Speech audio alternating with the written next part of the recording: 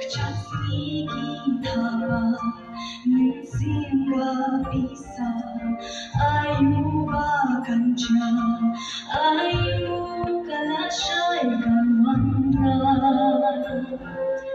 Jinkat men katon ma jingha kana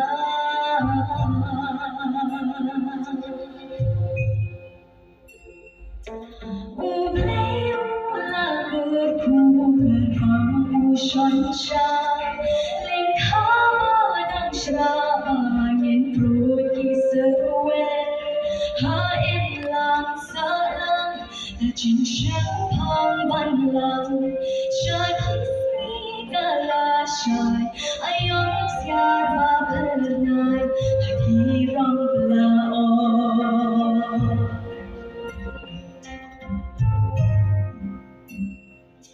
trên bên trời kỹ đoàn mình xiêm ban từng mang màu trên thuật kỹ đoàn nhà liền tí ban từng bò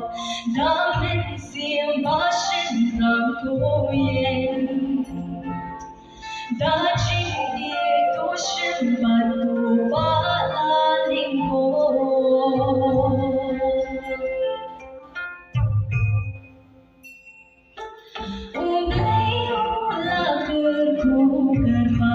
Xuân quen ha em làm xa lắm đã chỉ sáng tháng ban lặng Appreciate it.